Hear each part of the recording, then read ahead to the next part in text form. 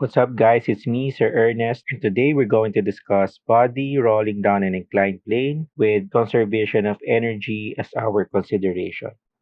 Since the object is not allowed to sleep, therefore, the frictional force is static, which means that there is no displacement associated to this friction, which tells us that frictional force does not do work. Therefore, the total energy of the system should be conserved. So therefore, the total mechanical energy is equal to the kinetic energy of the object plus the potential energy. And this is a constant because this undergoes two kinds of motion, translation and rotation. Therefore, the kinetic energy is expressed in two terms. First term is 1 half mv squared. This is the translational kinetic energy, and this is added to 1 half ICM omega squared. This is the rotational kinetic energy of the object.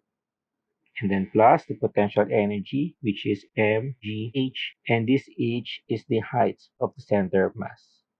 Since the motion is along the x direction, therefore we can replace v squared with xcm dot squared.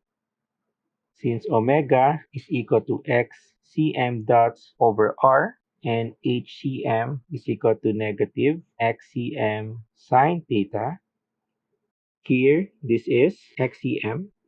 So therefore, the height relative to this point would be hcm. This is theta, therefore this is also theta. That's why hcm is negative xcm sine theta. So using this definition, we can now rewrite the total energy as follows. This is 1 half mxcm dot squared plus 1 half ICM times xcm dot squared divided by r squared minus mg xcm sine theta. Since this is a constant, therefore the derivative of the total energy is equal to 0. So this is equal to mx cm dot xcm double dot plus 1 over r squared times ICM xcm dot xcm double dot minus mg xcm dot sine theta equals 0. So here we can cancel xcm dots, and then combining the terms with xcm, we have xcm double dot times m plus ICM over r squared minus mg sine theta equals 0. And finally, we arrive at our expression for the translational acceleration xcm double dot, and this is equal to mg sine theta divided by m plus ICM over r squared.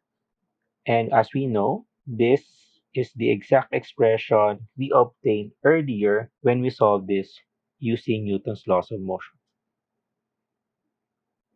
So that's it. This is the conservation of energy consideration of a body rolling down an inclined plane. I hope you learned something today. Thank you guys for watching, and I will see you in the next video.